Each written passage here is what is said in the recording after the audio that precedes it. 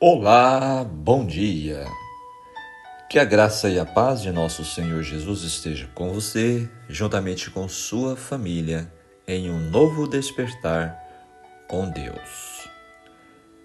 Hoje vamos estudar o capítulo 39 de Êxodo, o penúltimo capítulo deste segundo livro da Bíblia. Este capítulo nos traz o tema Fizeram tudo como ordenara o Senhor.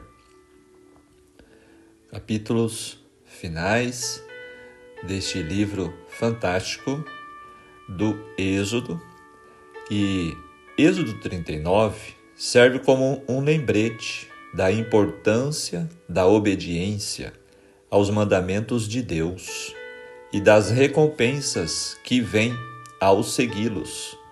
Os israelitas tiveram que fazer muito esforço e cuidado para fazer o tabernáculo e seus móveis, conforme ordenara o Senhor a Moisés. E o resultado foi um santuário digno da presença de Deus. O capítulo também destaca a importância do simbolismo e do ritual da religião israelita, com as elaboradas vestimentas e o peitoral, servindo como lembretes da aliança de Deus com seu povo e sua identidade como nação escolhida. Essa é a introdução, um resuminho do capítulo 39. Lembrando que é importante que você faça a sua leitura no capítulo em sua Bíblia e depois acompanha este estudo comentado. Então vamos à análise e comentários dos textos. No verso 1, nos diz como o Senhor ordenara. Esta expressão se repete 7 vezes neste trecho que descreve os atavios sacerdotais. É para enfatizar que nenhum sacerdote pode vocacionar-se a si mesmo, mas tem de ser chamado por Deus, onde se vê que o próprio Jesus não arrogou o privilégio a si mesmo. Agora o verso 3, de ouro batido, pela primeira vez explica-se o método pelo qual o fio de ouro era preparado para o bordado. Era com ouro batido. O verso 14, as pedras eram conforme os nomes dos filhos de Israel. A beleza e preciosidade dessas pedras, com os nomes do povo de Deus nela gravados, representavam a glória para a qual Israel deveria ser transformado como possessão exclusiva de Deus. De uma forma semelhante, os nomes dos apóstolos, dos 12, representando a Igreja de Cristo, estão gravados nas 12 pedras preciosas que são os fundamentos da Nova Jerusalém, conforme descreve o livro Apocalipse, capítulo 21, versos 14 a 20. Comentando o verso 24, romãs, fruta muito apreciada desde os tempos mais remotos. Várias cidades da Palestina também tinham esse nome. Por exemplo, Rimon, que é a palavra no hebraico, Gat Rimon em Rimon. Do suco da romã se fazia um refresco saboroso, das sementes um xarope e das flores um remédio adstringente. Romãs ornamentais decoravam também os capitéis das colunas do Templo de Salomão e o ciclo de prata, moeda que circulava em Jerusalém no 2º século antes de Cristo. Agora o verso 28, baseado em Isaías 22, verso 8, onde no hebraico temos a forma verbal, pode-se deduzir que era um turbante enrolado em cima da cabeça. Sobre ela se colocava a lâmina de ouro, uma espécie de diadema, uma coroa sagrada. Foi este último artigo que tinha o significado especial, segundo capítulo 28, verso 38, para que Arão leve a iniquidade, isto é, o sumo sacerdote, o cargo mais alto dentro do sacerdócio, simbolicamente levava o pecado do povo como representante. O que Cristo é hoje no céu, o nosso sumo sacerdote. Agora o verso 30, santidade ao Senhor, quando a coroa real se acrescenta às vestes sacerdotais, há o reconhecimento da intenção divina de fazer de Israel uma nação teocrática, ou seja, governada soberanamente por Deus, através dos seus servos escolhidos.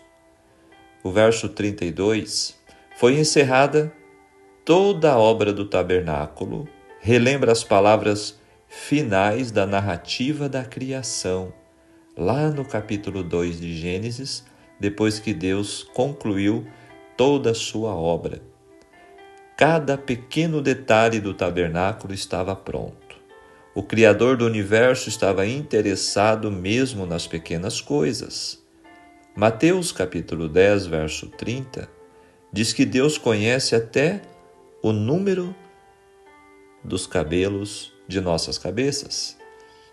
Isso mostra que Deus se interessa muito por cada um de nós. Não tenhamos medo de falar com Ele a respeito de nossas preocupações. Amados, não importa quão pequenas ou insignificantes elas pareçam.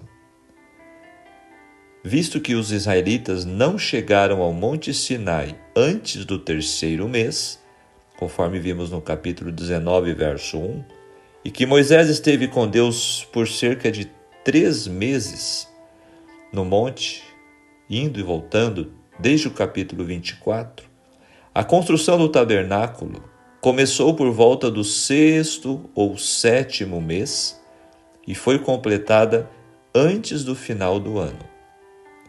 Portanto, a construção do tabernáculo durou cerca de 6 meses. A rapidez com que a obra foi completada indica-nos consagração, habilidade e cooperação fraternal da parte de todos os envolvidos no projeto e as bênçãos de Deus sobre os seus esforços. Interessante, então, né? Realmente foi um período rápido, né? 6 meses para um trabalho com tanta atividade artística manual. Verso 33, trouxeram a Moisés. Os componentes finalizados foram trazidos a Moisés para a inspeção. Moisés tinha recebido as instruções do Senhor e só Moisés podia determinar a precisão do que havia sido feito. Em qualquer posição de responsabilidade na qual você se encontre, acompanhe de perto se as tarefas foram completadas, como desejado, e mostre sua apreciação às pessoas que ajudaram. E o verso 42, segundo o Senhor ordenara a Moisés. Esse é o verso central do estudo de hoje. A obra de fazer o tabernáculo era o resultado da revelação de Deus, lá no capítulo 25, da inspiração divina, no capítulo 31. Deus inspirou homens, especialmente Bezalel e Aholiabe, né? Esses dois aspectos atuam na obra de Cristo, na formação do templo, que é a sua igreja espiritual hoje. Não se pode compreender esta obra tão sublime sem a revelação de Deus, registrada nas Sagradas Escrituras e aplicada ao nosso entendimento por obra do Espírito Santo. Depois de recebermos a revelação que nos esclarece a vontade de Deus, carecemos encher-nos do Espírito para pô-la em prática e vivermos a mensagem de Deus, o que nos torna a sua imagem revelada em Jesus Cristo.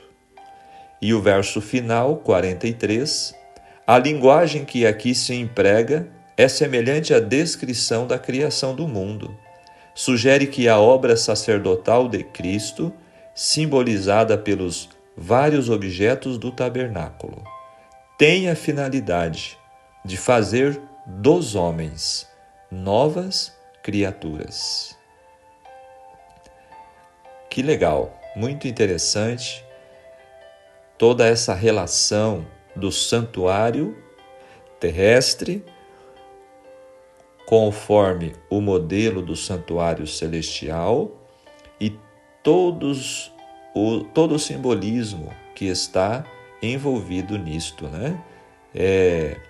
Realmente o santuário é o Evangelho em miniatura.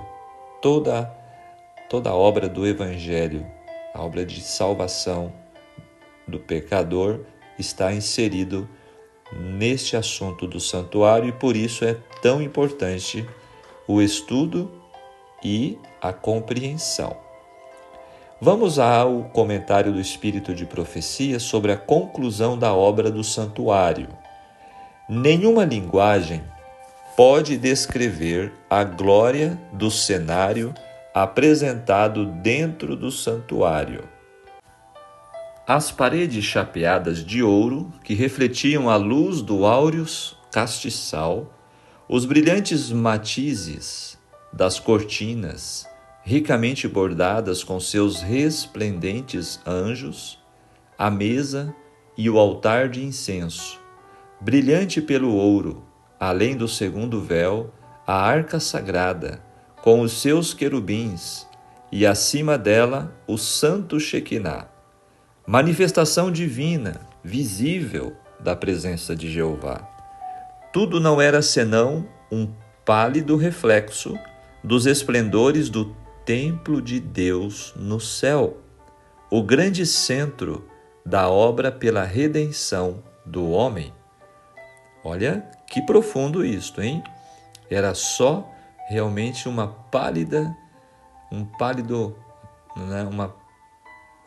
demonstração. Então, um pálido reflexo. Aproximadamente meio ano, confirmando o que nós já falamos, 6 meses, foi ocupado na construção do tabernáculo. Quando este se completou, Moisés examinou toda a obra dos construtores, comparando-a com o modelo que a ele foi mostrado no monte e com as instruções que de Deus recebera. Como o Senhor a ordenara, assim a fizeram. Então Moisés os abençoou, conforme termina o verso 43. Este texto está no livro Cristo em seu Santuário, página 29 e 30, descrevendo exatamente essa fase, este evento final da construção do tabernáculo, quando ele então estava concluído e agora foi dedicado ao Senhor. Vamos aplicar o estudo de hoje em nossas vidas. O que este capítulo tem de importante que devemos viver, devemos aplicar em nossos dias e nossas vidas? A presença de Deus se mostra em cada momento da história de seu povo. Lá no capítulo 1, a presença salvadora de Deus é vista na libertação da escravidão, quando Deus ouviu o seu povo. No capítulo 13, a presença de Deus, orientadora e provedora, é percebida na jornada para o Sinai, quando a nuvem surgiu para guiar o povo, ali representando a presença de Deus. No capítulo 19, nós encontramos que a presença de Deus exigente é nítida na sua aliança no Sinai. Ali Deus demonstrou de forma impressionante aos israelitas a sua presença. No capítulo 25, sua presença nos convida à adoração, e o caminho está nas orientações para o tabernáculo e sacerdotes. Se lembram que o capítulo 25 nos disse: "E fareis um santuário para que eu habite no meio de vocês"? A presença de Deus. No capítulo 32, a presença divina disciplina o erro e perdoa o faltoso, conforme vimos nos capítulos 32 a 34. E no capítulo 35, a presença de Deus alcança o seu clímax junto à comunidade que reverentemente o adora integralmente. Então, este é um apanhado interessante que nos traz o estudo de hoje. Quantas ocasiões estão registradas neste livro de Êxodo, desde o capítulo 1, sobre a presença de Deus, como ela se mostra importante em cada momento. A importante bênção da presença de Deus é a maior recompensa que um pecador pode receber. A maneira carinhosa em que Deus trata o seu santuário revela seu amor generoso ao pecador. Quando estudamos corretamente o santuário e seus serviços, ficaremos impressionados com a imensurável graça de Deus para com os desgraçados pecadores. Êxodo 39 trata das vestes dos sacerdotes e sumos sacerdotes e da conclusão da obra do santuário, conforme Deus orientou. As cores diversas, juntando aos detalhes dourados, vão além de revelar a criatividade de Deus ou a rara beleza em meio ao deserto. Mostram o grande cuidado e interesse que ele tinha com os pecadores recém-libertos das agruras da escravidão.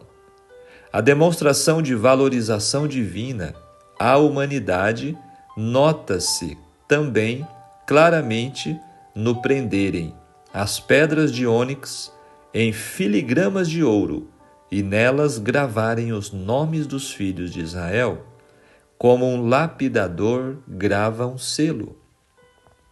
Então as costuraram nas ombreiras do colete sacerdotal como pedras memoriais para os filhos de Israel, como o Senhor havia ordenado a Moisés.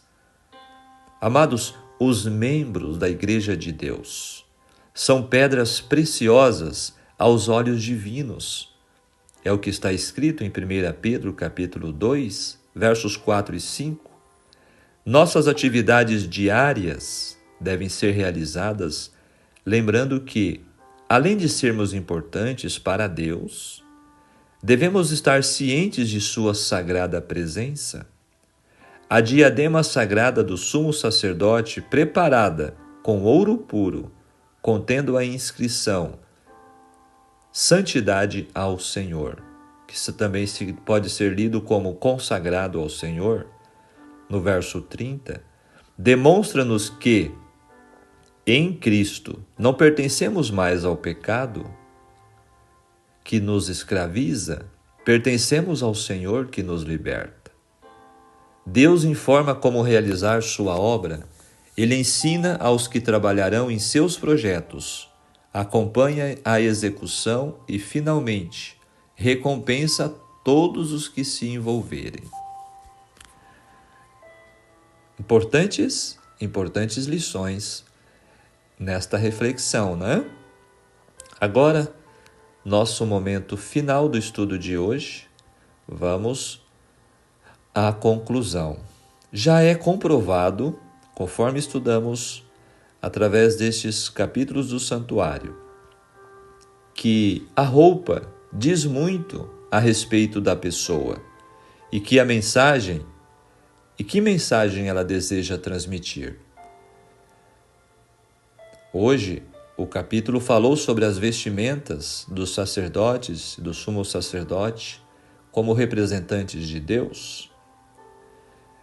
E devemos também entender, hoje nós somos também os atuais sacerdotes, representantes de Deus. Embora exista também aqueles que são separados para o ministério evangélico, mas todos os cristãos, hoje nós somos representantes e somos santuário do Espírito Santo. Ao mesmo tempo que há o risco de julgarmos o conteúdo pela embalagem, nem sempre o que vemos por fora revela o que há por dentro. A estrutura do tabernáculo revelava isso, já que por fora era revestida por peles de animais e por dentro reluzia o brilho do ouro. Mas o real desejo de Deus era que os sacerdotes e levitas fizessem jus ao que os vestia de forma tão bela. Por 7 vezes encontramos a expressão segundo o Senhor ordenara a Moisés, indicando o perfeito cumprimento quanto a esta importante obra do tabernáculo. Cada oficial do santuário foi vestido pelo padrão do céu. Tudo estava pronto, cada detalhe concluído, desde a parte interna e externa até as vestes finamente tecidas. Vendo que tudo havia sido feito conforme as instruções divinas, Moisés os abençoou. Isto nos mostra, amado ouvinte da palavra de Deus, a obediência sempre vem acompanhada da bênção.